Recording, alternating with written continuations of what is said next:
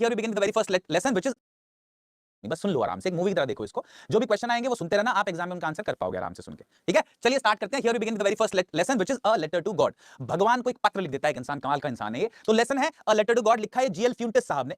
एक Latin American background story का आप मान सकते हैं। होता क्या है इसमें, एक किसान होता है लांचो, जो कि अपनी फैमिली के साथ वैली में रहता है, एक है ना, क्रेस्ट ऑफ अ हिल बोला गया है। वैली मतलब बेसिकली दो पहाड़ों के बीच में जो प्लेन जगह होती है, उस पर अपनी फैमिली के साथ रहता है पूरी।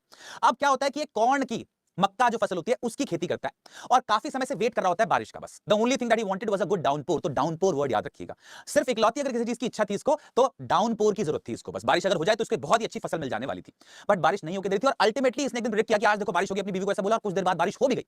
जैसे ही बारिश हुई, ये बाहर गया बारिश में, बारिश की बूंदों को ऐसे महसूस करा अपने हाथ पे, इसने ऐसे ऐसे महसूस किया, है ना। और वही तभी बोला अपने बच्चों को उस बारिश की बूंदों की तरफ देखकर कि ये जो बारिश की बूंदे है ना, ये बारिश की बूंदे नहीं है, ये न्यू कॉइन्स है, ये नए सिक्के हैं। जो छोटी छोटी बूंदे हैं वो 5 सेंट की पीसेस है, जो बड़ी बड़ी बूंदे हैं वो 10 सेंट की पीसेस है। बिलीव मी, यही एक्चुअली में रिएक्शन होता है किसान का जब वो खेती करने के लिए जाता है और उसकी फसल में उस समय बारिश हो जाती है अगर, है ना। वाकई में बहुत बड़ी बात होती है ये। तो वो उसको एंजॉय करता है बारिश को, ऐसा बोलने लगता है अपने बच्चों को कि देखो ये जो 5 सेंट की जो छोटी छोटी बूंदे हैं 5 सेंट की पीसेस है, जो बड़ी बड़ी बूंदे हैं वो 10 सेंट की पीसेस है। और इस बात को बोलते हुए वो बहुत ही आनंद में था, प्लेजर ले रहा था बारिश की बूंदों का अपनी बॉडी पर।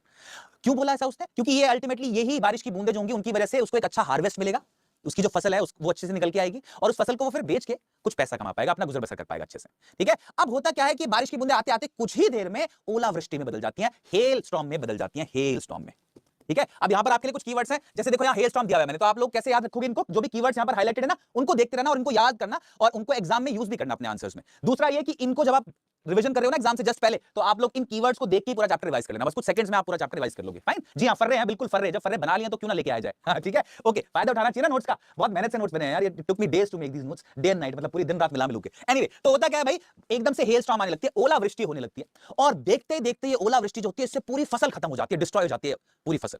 लांचो जो है अपने बच्चों के साथ खेत में खड़ा होता है बीच में जाकर, और अपनी जो उजड़ी हुई फसल है उसको जब देखता है जिसपे एक भी कॉर्न नहीं बचता, एक भी दाना नहीं बचता पूरे क्रॉप पे, तो अपने बच्चों से बोलता है कि अगर यहां पर एक प्लेग ऑफ लोकस्ट्स आता, अगर कीड़ों का एक समूह, इंसेक्ट्स का एक समूह आता, तो शायद कुछ बच जाता, लेकिन ये जो हेल स्टॉर्म है इसने कुछ नहीं छोड़ा है, this hello storm has left nothing, और इस साल हम सब लोग भूखे ही सोएंगे, हम सब लोग के लिए कुछ नहीं है बचने के लिए, ये मानिए। लेकिन इन सब लोगों का भगवान में बड़ा भरोसा था, और इन सब लोग, लांचो और उसकी पूरी फैमिली भगवान को बहुत मानते थे, उनको होप थी हेल्प फ्रॉम गॉड से, भगवान मदद करेगा, उनको ऐसा लगता था, और भगवान तो सबके मन की बात जानता है, ये भी वो समझते थे। तो बोला ये जो है लांचो, इसका अनक्वेश्चनिंग फेथ था, और इसके बारे में बताया गया that although he was an ox of a man, ox of a man मतलब वो बहुत ही मेहनती इंसान था, बहुत ही मेहनती हार्ड वर्किंग फार्मर था, but he was literate, literate मतलब पढ़ा लिखा। हालांकि वो किसान था, मेहनती किसान था, लेकिन उसको पढ़ना लिखना आता था, ठीक है। इसलिए उसने क्या डिसाइड किया कि मैं लिखूंगा अ लेटर टू गॉड, भगवान से मदद की गुहार मांगूंगा एक लेटर लिखकर, ठीक है। और उस लेटर में उसने क्या लिखा, भगवान से 100 पीसोस मांगे। उसने बोला कि भगवान मुझे 100 पीसोस की जरूरत है, ताकि मैं अपना जो ये जो फसल डिस्ट्रॉय हुई है इसमें बेसिकली अपनी जो फसल है इसको भी दोबारा बीज डाल सकूं, इसमें अपना फील्ड दोबारा से बो सकूं, रीसो कर सकूं, और जब तक नई फसल नहीं आ जाती तब तक सर्वाइव कर सकूं अपनी फैमिली के साथ, इसलिए मुझे 100 पीसोस की जरूरत है, ठीक है। ये बोला बेसिकली उसने लेटर में। फिर क्या होता है भाई, अब ये लेटर वो पोस्ट कर देता है, जब तो ये लेटर पहुंचता है पोस्ट मास्टर साहब के पास, पोस्ट मास्टर साहब लेटर का एड्रेस देखते हैं ऊपर और देखते हैं उस पर गॉड लिखा हुआ है, बड़े हंसते हैं पहले, और अगले क्षण एकदम से टच हो जाते हैं बहुत डीपली। उनको लगता है यार कोई ऐसा भी इंसान है जो कि भगवान में ऐसा भरोसा रखता है कि वो भगवान को ही मदद के लिए लेटर लिख दिया उसने।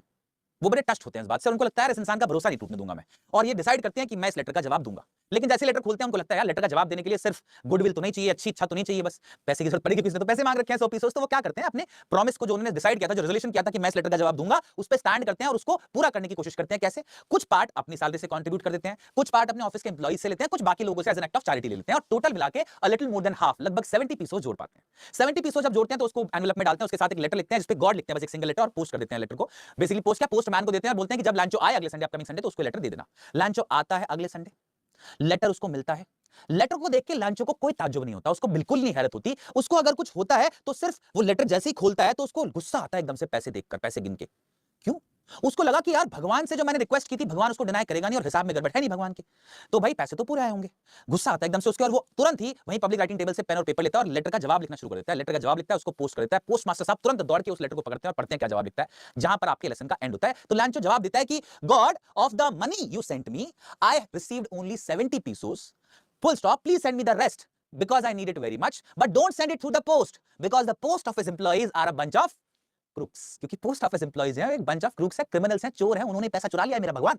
तो क्या बोलता है, बड़ा म्यूजिक रिप्लाई लगता है मुझे, और आप लोगों को पता नहीं लगता है कि नहीं लगता ऐसा, बट ये लांचो के कैरेक्टर के ऊपर बड़ा इंटरेस्टिंग आपके दिमाग में टेक आता है एकदम इसको स्टोरी को पढ़कर। होता क्या है, लांचो जो बोलता है कि भगवान मुझे 100 पीसोस नहीं मिले, 70 पीसोस मिले, आप बाकी पैसे भेज दो, मुझे बहुत जरूरत है, लेकिन वो पोस्ट के थ्रू मत भेजना, क्योंकि post office employees bunch of crooks हैं, क्रिमिनल्स हैं, फिर से चुरा लेंगे मेरे पैसे। ऐसा बोलता है बेसिकली। जब ऐसा बोलता है तो भाई ये यहां पर स्टोरी आपकी खत्म होती है, और यहां से ये क्वेश्चन बनता है जो कि सदाबहार क्वेश्चन है, हर बार आता है। क्वेश्चन है कि स्टोरी की एंड में आयरनी क्या है, या what is the irony in the story. Irony मतलब होता है जब एक ऐसी सिचुएशन हो जहां पर आप एक्सपेक्ट कुछ कर रहे हैं और उसके विपरीत कुछ हो जाए, एक क्लियर कॉन्ट्रास्ट हो बिटवीन एक्सपेक्टेड आउटकम और एक्चुअल हैपनिंग या एक्चुअल आउटकम।